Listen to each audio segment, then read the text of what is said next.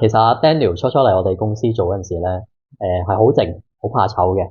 咁過咗其實個零月左右啦，其實佢會慢慢開始去講多啲嘢啦，同埋接觸多啲唔同嘅人啦，肯主動去做嘢嘅。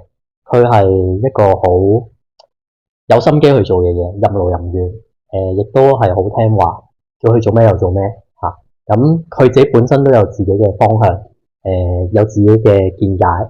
佢有時當然就唔係經常啦，咁就有時又會同我哋去講翻佢自己所想嘅嘢，但係我哋都要有啲力去撬開佢把口去講嘅。而家咧其實近呢一個月嚟講咧，佢都應該過咗成3個幾月啦。而家係點講咧？佢肯去主動同我哋去講嘢，同埋佢係好唔會怕醜咯。初初嚟係比較怕醜嘅，而家係好主動，係一個好大嘅進步嚟嘅。燃亮生命，請捐款支持播道兒童之家。